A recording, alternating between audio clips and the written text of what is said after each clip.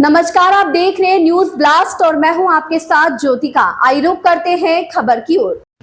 CM योगी के निर्देश पर उत्तर प्रदेश के विभिन्न जिलों में बाढ़ को लेकर जल शक्ति मंत्री स्वतंत्र देव सिंह लगातार भ्रमण कर रहे हैं। एक हफ्ते के अंदर दूसरी बार जल शक्ति मंत्री अयोध्या पहुंचे हैं। बाढ़ से संबंधित अधिकारियों के साथ बैठक कर बाढ़ परियोजनाओं को जल्द पूरा करने के निर्देश दिए गए हैं। बैठक करने के बाद जल शक्ति मंत्री स्वतंत्र देव सिंह ने कहा कि अयोध्या का सरयू पंप नहर, बस्ती का विक्रमजोत पंप नहर और गोंडा का उतरौला पंप नहर ये बहुत डैमेज हो गया था। इन तीनों पंप नहर को पुनर्निर्माण लगभग हो चुका है। अब किसानों को सिंचाई के लिए जल स्तर उपलब्ध रहेगा। अयोध्या में बाढ़ की परियोजनाएं 5 जगह चल रही है। आने वाले समय में एक चुनौती है क्योंकि मानसून आना शुरू हो गया है। महाराष्ट्र, केरल मानसून आ चुका है। 15 जून तक हमारे सभी बाढ़ परियोजनाएं पूर्ण हो जाएंगे।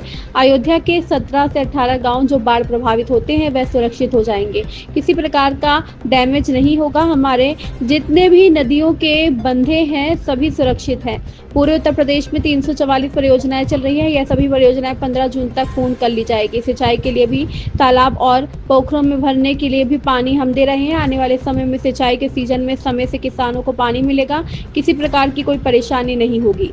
हमारा इधर का सरयू पंप नहर, विक्रमजोत पंप नहर और उतरौला पंप नहर जो पहले बहुत डैमेज हो गया था, पंप लगभग 50% हो गया था। ये सबों का पुनर्निर्माण पुनरुद्धार के कारण ये लगभग 100% की स्थिति में आएगी, जो किसानों को मैं जल स्तर उपलब्ध करवा दूंगा और जल सिंचाई के लिए दे दूँगा। हमारी बाढ़ की परियोजनाएं 5 यहाँ चल रही हैं, जो आने वाले समय में हमारे लिए चुनौती है बाढ़, क्योंकि हर जगह मानसून आना शुरू हो गया। महाराष्ट्र हो गया, बेंगलोर हो गया, केरल हो गया। ये भी सभी परियोजनाएं हमारी कंप्लीट हो जाएगी, समय से कंप्लीट हो जाएगी। मैं 15 जून के पहले ये परियोजना अपनी कंप्लीट कर लूँगा, जिसके कारण लगभग 17-18 गांव को ग्राम सभा पूर्वा तो बहुत होंगे, जो हम सुरक्षित हो जाएगा, वो गांव सुरक्षित हो जाएंगे। किसी प्रकार का डैमेज नहीं होगा।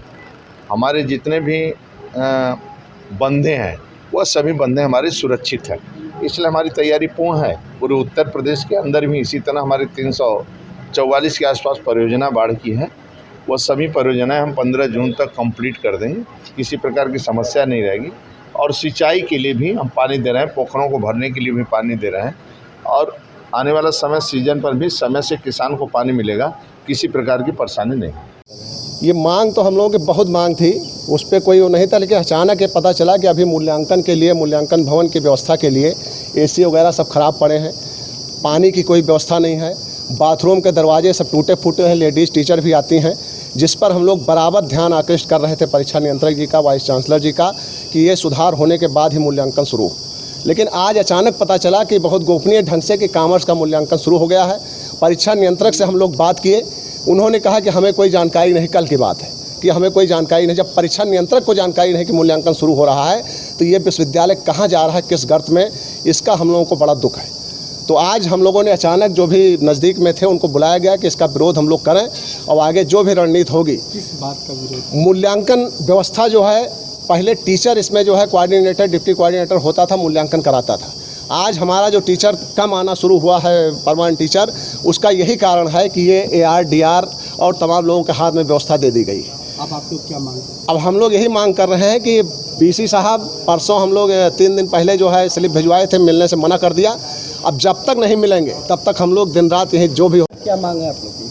हमारी कोई मांग नहीं है, हम विश्वविद्यालय के हित के लिए ही बात कर रहे हैं।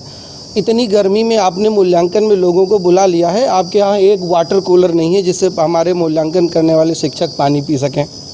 आपके बाथरूम में जो है टॉयलेट जाने का जो है जगह नहीं है, वहाँ पर दरवाज़ा नहीं है, कापियाँ कमरों में भरी पड़ी हैं और आपने उसी में मूल्यांकन शुरू करा दिया है। 4 दिन बाद, 5 दिन बाद परीक्षा नियंत्रक ज्वाइन करने वाले हैं। अगर आपसे कुछ नहीं संभल रहा था तो आप 4 दिन और रुक गए होते। व्यवस्थाएं सुधार लीजिए, फिर मूल्यांकन कराइए। मूल्यांकन तो शिक्षक ही करेगा ना। लेकिन जो ये अव्यवस्था फैला रखी है, जो मतलब नरक मचा रखा है, और उसके बाद आप किसी की बात भी नहीं सुनेंगे। आप किसके कुलपति हैं? बिल्डिंग के कुलपति तो नहीं होते। शिक्षकों के कुलपति हैं आप, कर्मचारियों के आप कुलपति हैं। वहाँ पर कर्मचारी बैठे हुए मूल्यांकन जो करा रहे हैं उनके जाके चेहरे पर गर्मी देखिए और पसीना देखिए, उनकी क्या हालत है। भाई विश्वविद्यालय के पास ऐसा तो है नहीं कि पैसा नहीं है, आप जो है विद्यार्थियों से पैसे लेते हैं, मूल्यांकन का पैसा आप 1 साल के बाद देते हैं और आपने व्यवस्था ये दे रखी है। सब क्या मजाक हो रहा है शिक्षा के साथ, क्या मजाक हो रहा है व्यवस्था के साथ।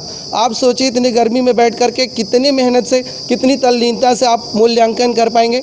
और कुलपति जी भी शिक्षक ही रहे होंगे शायद, जहाँ भी रहे होंगे, वो अगर शिक्षकों की बात नहीं समझते, वो मूल्यांकन की व्यवस्था नहीं समझते, ये तो बहुत खतरनाक चीज़ है फिर विश्वविद्यालयों के लिए और शिक्षा के लिए। इस खबर में बस इतना ही। बने रहिए न्यूज़ ब्लास्ट के साथ।